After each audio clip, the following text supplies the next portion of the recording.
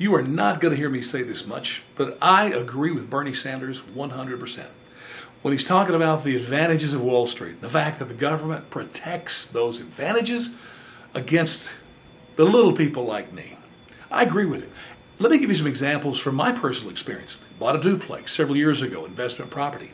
Within a month of the close, I received a letter in the mail that said some Wall Street company I'd never even heard of had purchased my mortgage. And I had a weird feeling about that because I'm thinking, wait a second. They've got all my personal information, account numbers, Social Security, everything. And they didn't even give the courtesy to me to say, would you be okay with this? Would you sign off on this? No, they just did it.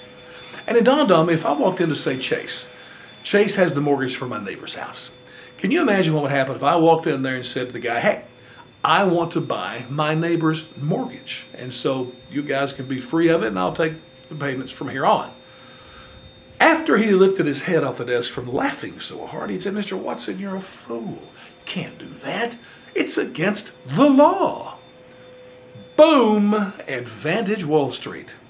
Or what about that same neighbor's house? I don't like the way they live. God, it concerns me. What would happen if I walked into State Farm and I said, you know what, I want to buy fire insurance on my neighbor's house.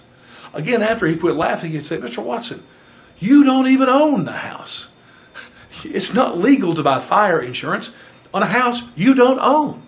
Yet, on Wall Street, you don't have to own stocks to bet against them or sell short or derivatives, all that kind of stuff. You don't even have to own the stocks.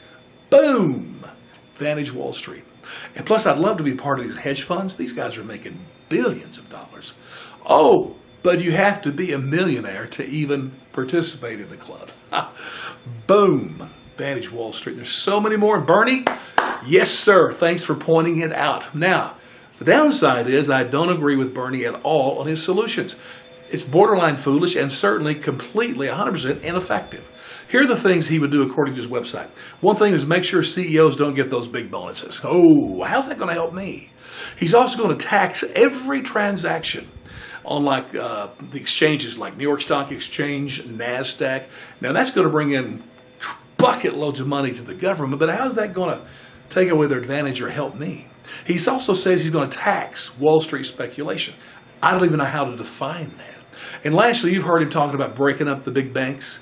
And I've always questioned that. I mean, would my savings account go to this one and my checking account over here? Or even worse, would all my accounts go to the bank that I don't really want to be a part of the breakup?